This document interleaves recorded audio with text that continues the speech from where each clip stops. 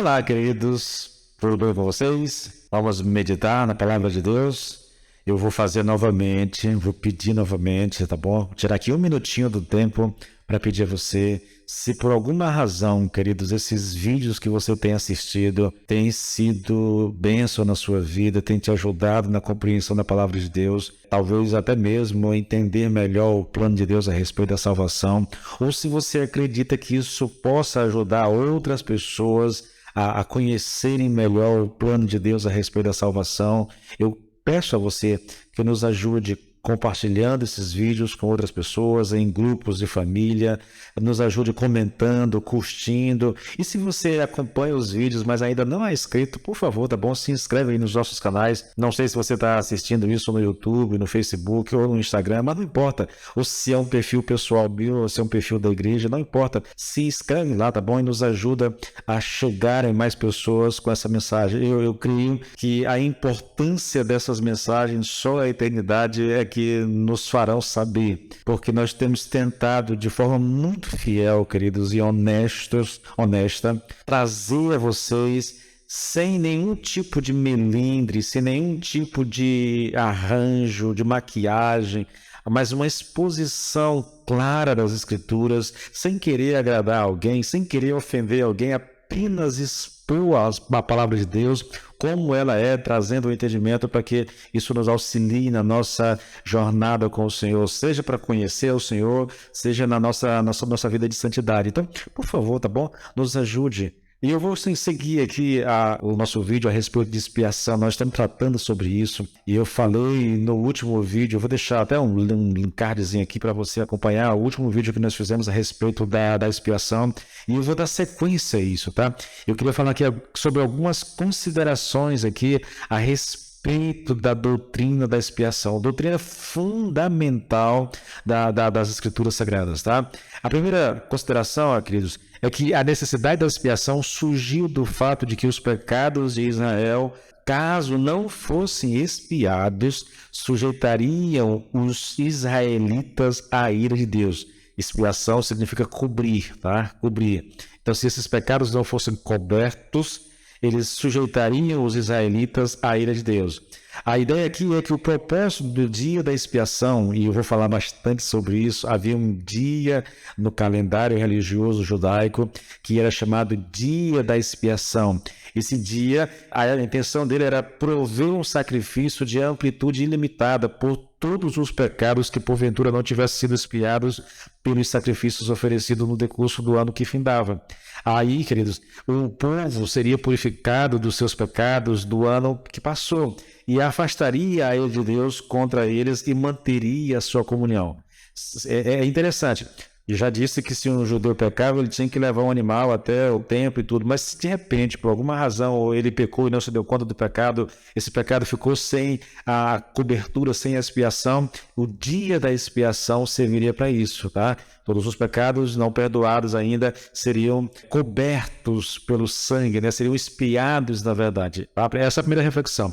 A segunda reflexão que eu faço aqui é o fato de que Deus desejava perdoar, porque Deus desejava perdoar os pecados dos israelitas e reconciliá-los consigo mesmo, ele proveu um meio de salvação ao aceitar a morte de um animal inocente em lugar deles, dos pecadores, do povo, né? O animal era sacrificado em favor do povo. Esse animal, queridos, levava sobre si a culpa e a penalidade deles e cobria seus pecados com o sangue derramado. Eu vou ler o texto logo para você tentar entender melhor. Em Levíticos 16, no versículo 29 aqui até o 30, diz assim, olha, o seguinte decreto terá de ser obedecido para sempre. No 10º dia do 7º mês vocês jejuarão.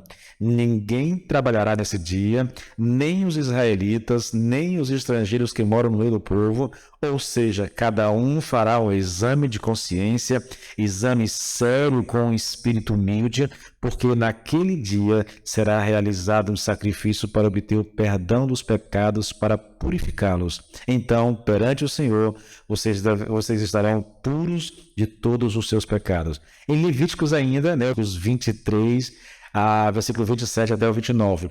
Mas aos 10 dias deste mês será o dia da expiação.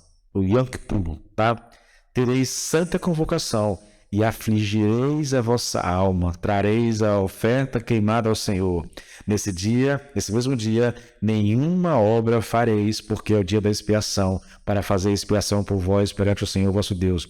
Porque toda alma que nesse dia não se afligir será eliminada do seu povo. Então, os judeus tinham no seu calendário religioso um dia específico, um dia que deveria ser celebrado por todos os judeus com muita solenidade, né? Esse dia se fazia sacrifício pelos pecados do povo. Um animal era morto. No próximo vídeo eu vou falar sobre isso, né? Sobre o dia específico, mas o animal era morto em favor da nação. E, gente, eu não sei até que ponto vocês têm algum entendimento bíblico, alguma compreensão. Não sei se vocês já leram o Velho Testamento, as prescrições divinas a respeito do culto, dos sacrifícios que aconteciam em Israel, seja no santuário, quando era o santuário, né,